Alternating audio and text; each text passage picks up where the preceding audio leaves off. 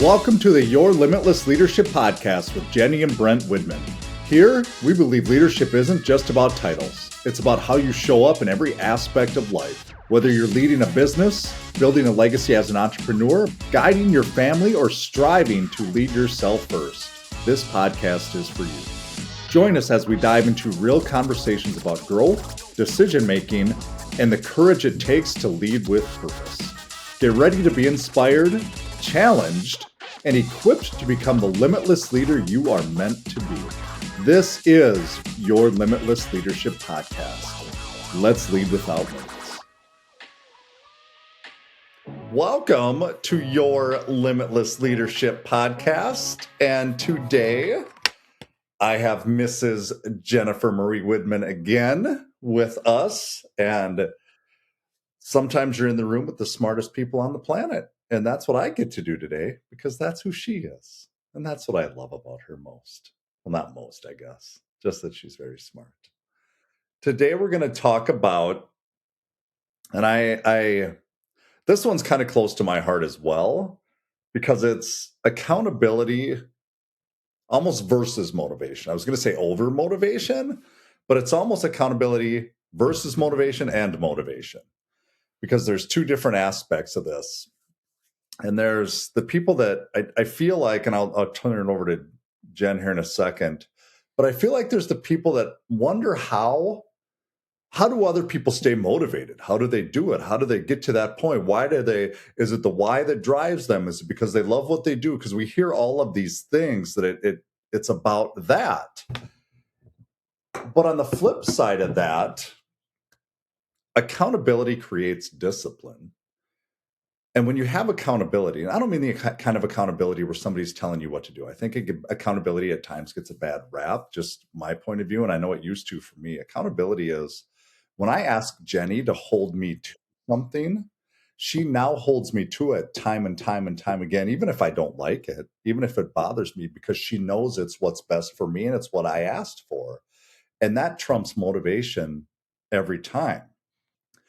And that's where I'll turn it over to Jen, and I should introduce her better than I just did. We've opened our own company about probably almost going on a year and a half, almost 2 years. And we've been in this business for, me 13 to 14, her almost 16. So we've been doing this a long time. We do public speaking, training, coaching, development for those of you that are just listening to this for the first time. But today we are going to talk about motivation and accountability, really, because I think we sometimes struggle with both. So turn it over to you a little bit.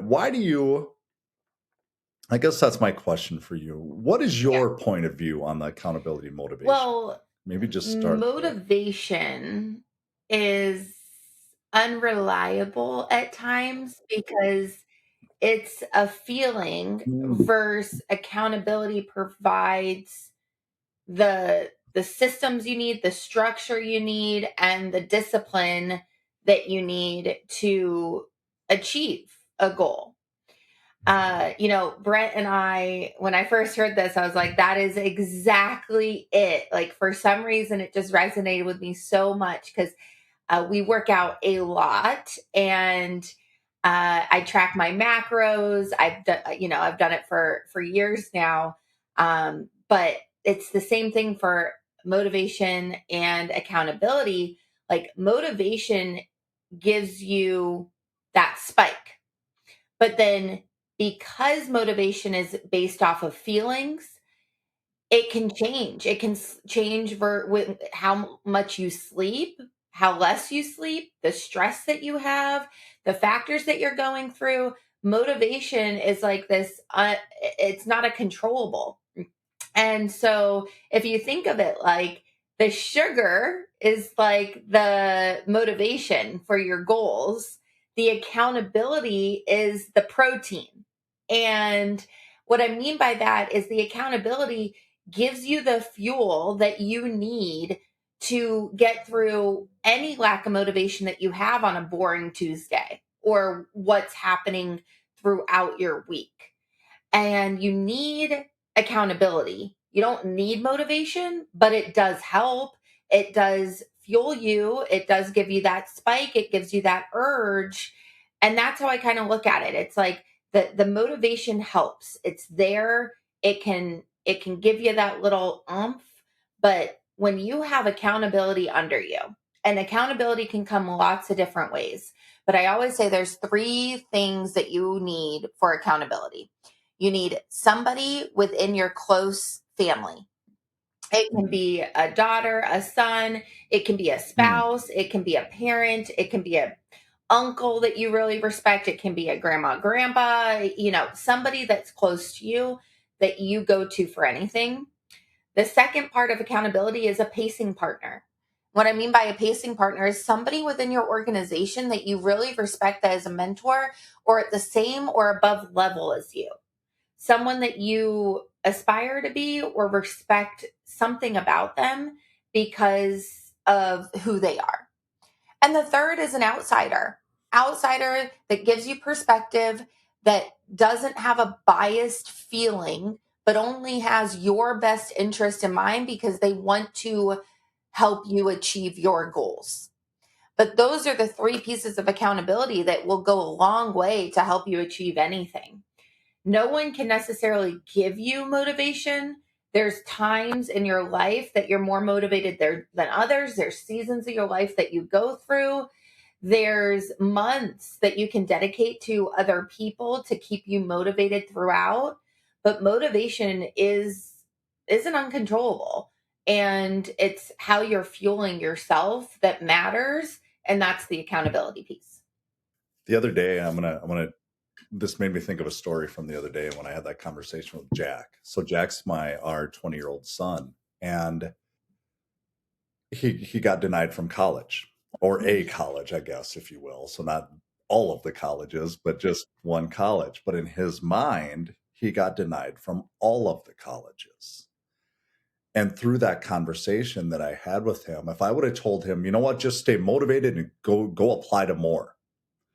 Instead, I talked to him about what does he really want to do? What does the future look like? What is he, because this is just one college. There are thousands of colleges out there.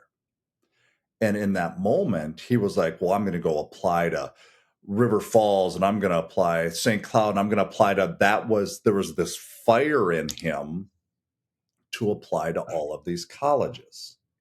So in my due diligence, I used AI, right, and looked up all the colleges that he may want to go to, whether they were 2-year or 4-year in the 90-mile area of the Twin Cities. And I asked him, can I send those to you and will you apply to them? And he said yes. That simple question, what that just did is, instead of the motivation, because he already had that, but once he said yes, that gave dad the act of accountability that I can apply to him, because now it's not me telling him what to do and making him do it. It's him bringing himself back to that place of the motivation of, this is why I want to do it and this is what I need to do. And now it's much easier. And it goes the same thing with your teammates, or your team members. If we just tell them what to do, well, now we're managing and micromanaging them. That's their perception of it. But when they have that motivation to do something, that's on us as leaders to capitalize on that. Like, we need to use that to help them get to the place that they want to go. And it brings me back to another thing where it's this start stop mentality. The motivation is the start. Like, I got to do this. Let's go. Let's make it happen. I can tell you another story about our daughter when she went to ride bike, right? The first time was a couple of years ago. It had been years she didn't want to ride bike. She would start, but she'd get scared. And what happened was is she started again and she fell. And I'm going to make this long story short. She fell down. She went head over heels. We lived in a new construction area and she hit a curb and she went head over heels. And she was off in the distance, a ways away. And I was like, get up, get up, get up. Well, she was motivated to start. And as I walked up there, she was bawling. Like, she was just bawling. Like, think of a 9-year-old just crying her eyes out. And I sat down beside her and I'm like, you got to get back on. She didn't want to. She didn't want to. And I talked her through it. And I said, if you don't ever get back on, you're not going to keep going. You're never going to want to get back on. And that's the start and stop mentality. If I would have allowed her, or if she wouldn't have saw the reason to get back on for the future, she wouldn't have done it. There would have been no basis behind it.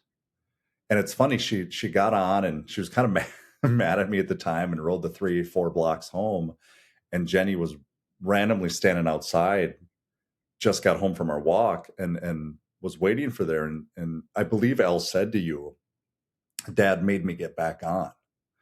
And I wasn't there, but the story you told me was you basically reinforced the same message that you told her. And I'll let you tell it, but if you don't get back on, you're never going to get back on. And that's part of the accountability factor. That's creating the mentality and the discipline that the motivation was there, but the follow through typically isn't. And that's where people stumble or fail or struggle at times, because the follow through of the accountability simply Yeah. isn't there, is what Yeah, starts to happen. it's the classic New Year's resolution, right? People are very excited at Yeah. the January 1st, and they tell themselves, this is the year I'm going to lose 20 pounds. This is the year I'm going to quit smoking. This is the year whatever it is. 20 days goes by and they fall right back into the traps that they were, because the accountability system was not put in place with the motivation. Motivation is great. I'm not knocking motivation. Mm. It's a good thing. No, However, no. it's with motivation comes the accountability, or you're just going to fall back into the trap. And I'm not going to lie, most leadership content, sales content that is out there speaks on motivation alone. They sell the motivation, they sell the quote, they sell the hype, they sell that feeling, and the feelings fade. And so what's missing with the motivation is the structure and systems around the accountability after it. Because if you don't have the accountability in place with the motivation, you will fail and it's going to go down. So it's the classic. If you want to put a big picture in place, it's um, a lot of people can make New Year's resolutions, and the majority of people come February does not still have that same feeling that they had January 1. I love having this. And I mean, just the stories that resonate with it too. It's like just over the weekend, we went to Colorado and having a conversation with one of my really good friends that I hadn't seen for about a year. And what did he talk about? What did he talk with me about again? Working out. How do you get in such good shape? How do you stay in shape? How do you get lean? All the stuff. And I said, I was going to use his name. Well, I said, Steve, we've had this conversation for 13 years. 13 years. You get motivated when you talk to me and you do things for a couple days and then you fall back into the same trap and the same things that you've always done. And that goes back to what Jenny says. There's no systems around it. So we get stuck in doing the same things day in and day out, and we don't, because we get motivated to do something on a day or two and then we go back to doing the same things we've always done. We all know the definition of insanity. That's it right there. It's doing the same thing over and over and expecting a different result. And that's what I said to him. It's like you keep asking me these questions. We've had this conversation over and over, but there's no accountability. You haven't created the normalcy or the habit of doing it consistently time and time again, because we fall back into the same patterns. We're habitual, right? People are habitual. Humans are habitual. We all are. And we fall back into that same thing. And that's why me saying, well, get motivated. Go use the motivation. Go get motivated. What's your drive? What's your motivation? Is sometimes it's bad advice. And it doesn't mean, like Jenny said, that motivation's a bad thing. It's a really good thing. That is to put it in really simple terms, here's how I kind of think of motivation at times. There are there's a fire pit, there's wood in the fire pit, there is wood in that, there's gas on that fire, and I walk up and I throw the match on it. That's the motivation. But eventually that fire is going to burn out. If you don't add more wood, if you don't consistently work at it, if you don't consistently keep it alive, it's going to burn out, is really what it comes down to. And so many times our fires burn out because it sounds really good right off the bat. But then there's this thing in us that whether it's the monotony of doing something, whether it's not knowing where to turn next, not knowing what the resources are, we don't have the three people holding us to that we asked for accountability to do these things. And it wanes, and we wonder why we don't get to the place we want to get to, whether it's with ourselves, whether it's with our team, whether it's with our marriage, whether it's with our working out, whether it's with our kids, you name it, man. It's across the board. It's because we have these great ideas and these things we want to do. The match is there, but it doesn't stay lit, is really what it comes down to. So I don't know. That's accountability. And I guess I'll turn this over to Jen. I would love to know why do you feel like accountability is uncomfortable? Like, why do you feel it gets hard for people? And I'm trying to give you examples because it comes in every facet of life. It comes in our every single day. There is something we should either have somebody hold us accountable to, or we should hold ourselves accountable to every single day. From the time you get up to the time you go to bed, there's Yeah. something. I promise you that. Why do you think it's so uncomfortable? It is Why do you think it's uncomfortable for hard? everyone. I mean, there's times where it's uncomfortable for me. However, I know most leaders feel uncomfortable holding their people accountable because it starts with you. And if you're not holding yourself accountable to the standard that you are expecting of others, then it can come across as ingenuine, like not sincere. It can come across as fake. It can come across as just, well, why are you asking me to when you're rolling in at 9 a.m. and you're telling me to be here at 7 a.m.? Like it comes across where you don't have the integrity that you earned to be able to do so. And so you feel uncomfortable bringing it up to others and why they're not being successful. And so, and it depends on the area that you're talking about too. Like, if you're talking about health with someone because they're not where they need to be for energy throughout the day, or if you're talking about their activity or effort that they're putting in, it's different areas of your life. And depending on the area that you're talking to with someone else, you need to ask yourself first, like, do you hold yourself to the standard or beyond that you're expecting from your people? And if you don't, you are going to be extremely uncomfortable when you talk about that topic, because look at you, right? Like it's that aspect of like it's not easy. And there's part of it that's simple. It's part, like you could do it. You're not asking something that they can't do, but it's not always the most comfortable conversation. Shots fired, she says. I love it. That I agree. It's when people say I will not ask you to do something I won't do, many times I look at that person, I'm like, but you are. You really are. Because if you are a leader, let's get basic here. If I'm a financial advisor and part of what I need to do is build new clientele and keep up with my clients, probably the two most important things that I need to do. Yet my leader does not spend a whole lot of time with me and doesn't spend time recruiting and bringing in new advisors. So hand in hand, right? Those are kind of the same things, just depending on which level you are at, what you decided your path was. If the leader isn't doing this and won't do this, how are they expected? How is that advisor expected to? And this can be whatever, insurance, what have you, right? Doesn't matter.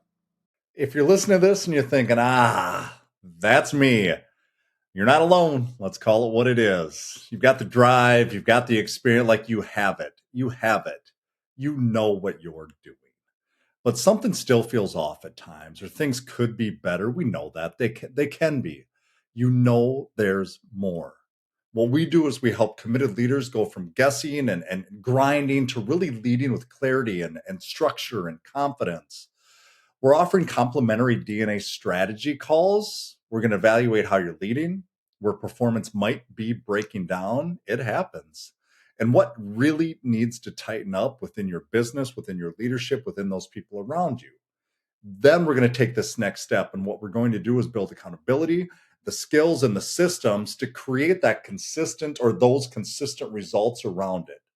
If you're open to digging in a little bit, the link is below in the show notes. Just book your DNAcall.com and we will find time for you and we will dig in with you.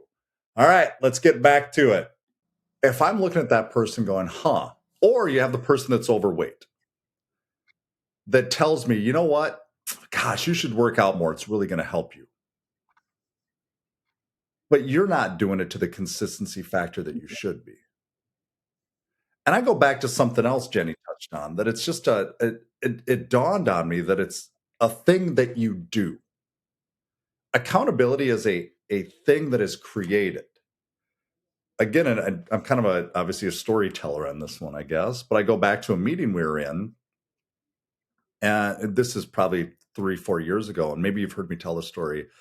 Dana was sitting beside me in a meeting, and she says to me, well, I asked her, we were talking about calling people and helping our teams make phone calls and all these different things. And I looked at her and I said, why do people struggle so much with just making phone calls and building their business and talking to people? And she goes, Brent, the reason you don't struggle with it is because you've just made it a thing. It's just a thing. From the time I wake up in the morning, I know that if I'm going to lift weights, I wake up at 4:50. That is a thing. If I'm going to run, I wake up at 5. That is a thing. When that alarm goes off, I don't think if I'm going to do it. I just do it. That is a thing. I know that my breakfast, Jenny makes fun of me. A lot of people make fun of me for this. Oatmeal and grapes, that is a thing. I don't want to think about it. It's healthy for me, makes me feel good, doesn't make me feel sluggish, and gives me the energy after I work out. It's a thing. It's accountability. From there, I work while I'm doing my lunch and set up my day, not my lunch, my breakfast, set up my day. That is a thing because I want to get ahead of the day. I don't want to be doing emails and busy work when it's time to work. That is an accountability thing. I've created that. From there, you shower, you get ready, you spend time with the kids. I take a walk. I listen to a book while I'm taking my 30 to 35-minute walk because that is my time to listen to a book and create videos. That is a thing. I haven't even gotten to 8 o'clock yet. I'm about 7:30. And do you see what I mean? Those things set you up for the rest of your day things, but these are the positive things that it's not, I don't have to be motivated. It's just a do. I don't know how else to describe that. When I first started it, I had to get motivated. It took me a while to start making videos. I had to ask for accountability. I had to ask Jenny. I had to ask our social media person. I had to ask my leadership group, Coalition 9. I had to ask people to hold me to that. And now it's just a thing. Do you see where I'm going with this?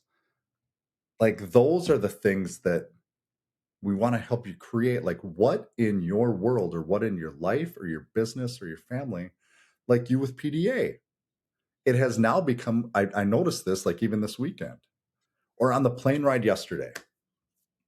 You may not even notice this, but in my little mind, I notice it. I put my hand on your leg. 5 No. years ago, would that have happened? And I did notice it. I was like, "Ooh, his hand's on my leg."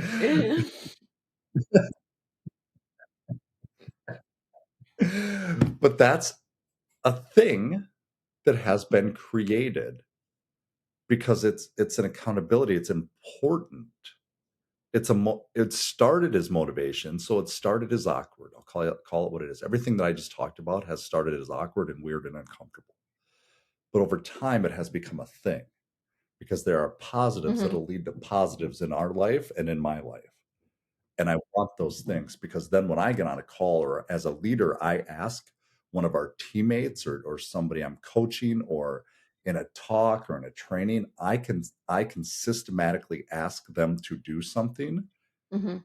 because they can see that I do it. Well, and I you don't make a really hesitate good point because at all. motivation is external in a way.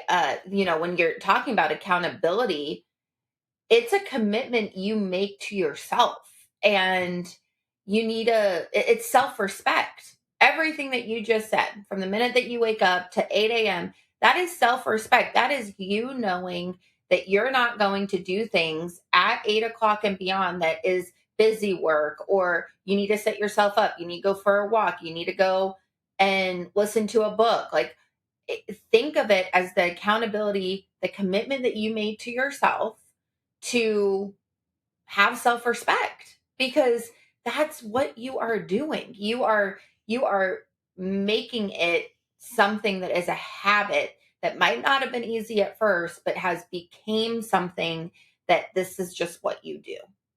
That is spot on. That's exactly it. And that, to me, when you go into accountability, hear me for a second. Hmm. Accountability breeds confidence.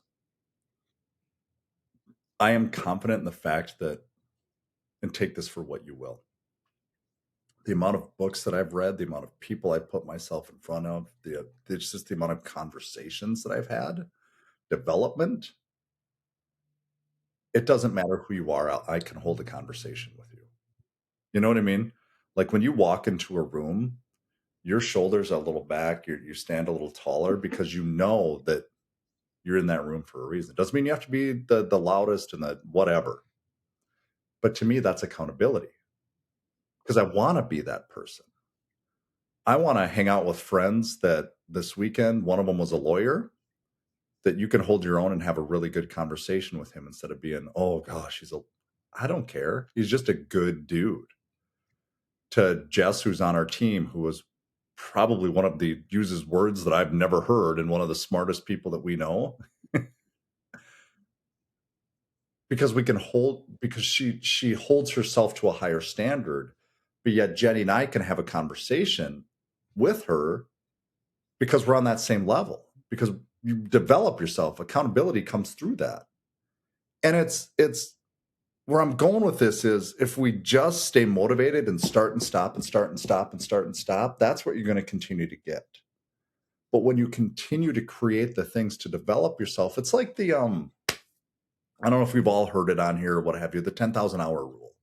This stems from the book, I believe it's Outliers. And you think about the Beatles and how the Beatles got so good. They're part of this book. And this is where I read it. They weren't the best band in the world. They weren't the greatest singers, the greatest players, the greatest. Like some of them just have given talent, right? The Beatles were not that. The thing that separated the Beatles from everybody else, and the reason they became so big, is because they played in these pubs from 8 in the morning till midnight at times. They did 10,000 hours, 10 over 10,000 hours of just working on their practice and the accountability of doing that. And these are the things that help people that is accountability.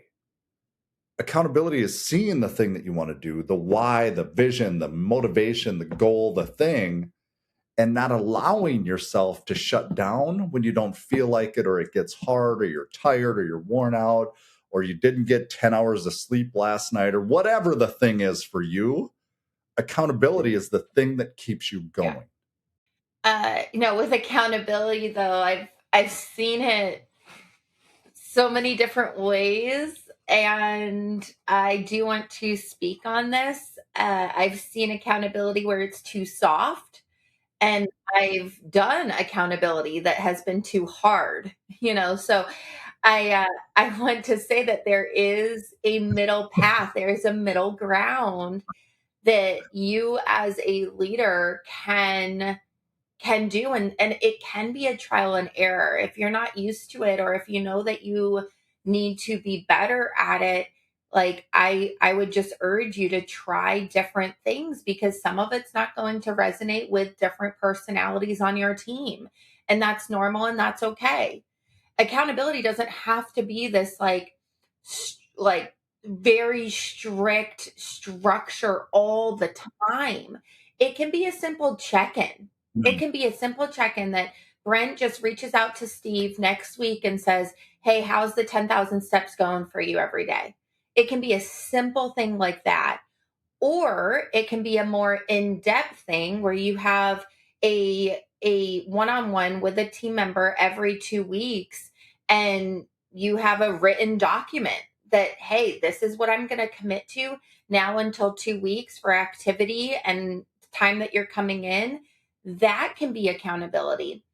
And then you can also do accountability to an extreme where I had this one client, his name was Nick, and this was years ago. He sells clothing for a living, and he Mm. made this accountability commitment to himself that he was going to make X number of dials and conversations on a 2 week period until we spoke next. And if he did not do it, he was actually having to buy a bouquet of flowers for his ex girlfriend and go to her house and give the flowers to the ex girlfriend. Mind you, Nick is married now with a wife and all the things. And I was like, why are you putting this in place? Like, he was the one that told me this. I did not do that. I was like, but I was going to hold him to it because he was the one that told me. And he was like, Jenny, because there is no way on my dead body I would ever buy her anything for the rest of my life. So I'm putting this in place because there's no way I'm not going to hit it. And I was like, all right, perfect. I had another client, Robin, who absolutely, she's a huge Arizona fan, Cardinals, everything. She cannot stand the Seahawks. And she said if she did not hit her activity goal now until we spoke next, she was going to write the Seahawks a $500 check for their organization. She's like, there's no way in a million years I would ever do that. She hit her activity goal. So you can make sure that there's enough pain in place with who you are speaking to that that would not happen anyway. And it's finding out something that they either despise or that they cannot do or that they will not do. I've had it people tell me pickle shots. I've had people tell me that they'll sleep on the couch for a week instead of their bed. Like there are things that will make people so uncomfortable that the accountability will be there because they cannot fathom themselves doing what they told you they were not going to do. So, um, anyway, I did want to say that there is a thing called too soft accountability where it's just like there's no consequences in place or rewards in place. And there is too hard where you do that all the time. And then it's just like, ugh, too much accountability here. So uh, it depends on who you're speaking to in your team. It depends on about their personality. And there is a good middle path that I wanted to make sure that we touched on because uh, accountability, we want it to serve your people and not do the opposite. I love that because there's a couple things that it came to mind while you were talking about that, and it's part of it is when you speak something into existence, you may not need to buy your ex-girlfriend flowers, but it's your word. You just told somebody you were going to do something, and it's your word.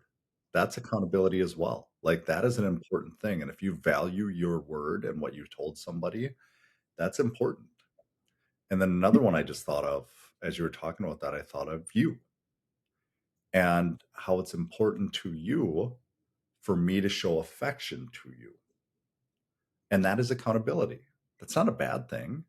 That's an accountability to you, to our marriage, to our kids, to our lives. That's an accountability factor.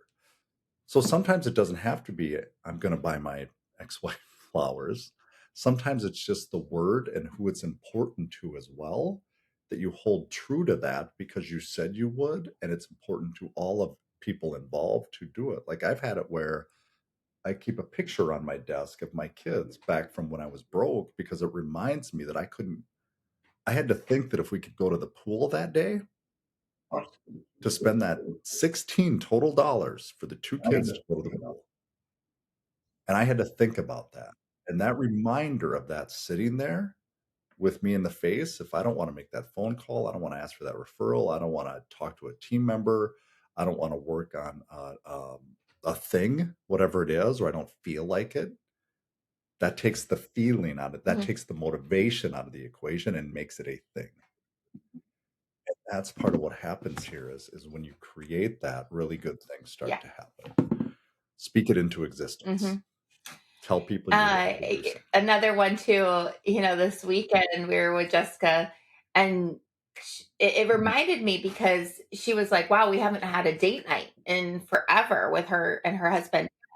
And she's like, I want to put date nights back in our Mm. books. And it's like this thing that I created was every other Friday where we don't have L, we do date nights. And I put it in place. I got the babysitter in place. It was like the accountability that we needed for ourselves, that it was going to happen because the babysitter expected it and we were just going to plan something. So it can go in so many different facets of your life. It doesn't have to just be work. It's areas that you know that you need to pour into and that you want to pour into to make sure that you are fostering and helping grow that relationship. I love this. I hope all of you listening to this understand that motivation starts it, accountability keeps it going. On those days you don't want to, you don't feel like it doesn't work, you're tired, all the things that you can tell yourselves. That's how we take that out of the equation and just do. That's what we're talking about here. You need the motivation, but the accountability trumps it, and it will help you get to the places you want in your life. Thank you again for being on here. I truly appreciate it. Again, your limitless coach, when you know you need to have a conversation around coaching, workshop, speaking, training, that is what we are here for. And this is what we will help you with. DNAcall.com. All you have to do is fill that out and we will get back to you within 24 hours. So thank you again for being on here. Have a fantastic day. Thanks for joining us on the Your Limitless Leadership podcast with Jenny and Brent Widman. We hope today's conversation inspired you to think differently about leadership, not just in your career, but in every part of your life. Remember, leadership starts with leading yourself first. It's about taking action, making bold decisions, and showing up with purpose. Now, it's time to take what you've heard today and put it into practice. Whether it's in your business, your community, your family, or your own personal growth, start leading without limits. You have the power to become the leader you're meant to be. Until next time, keep pushing your boundaries and leading with purpose.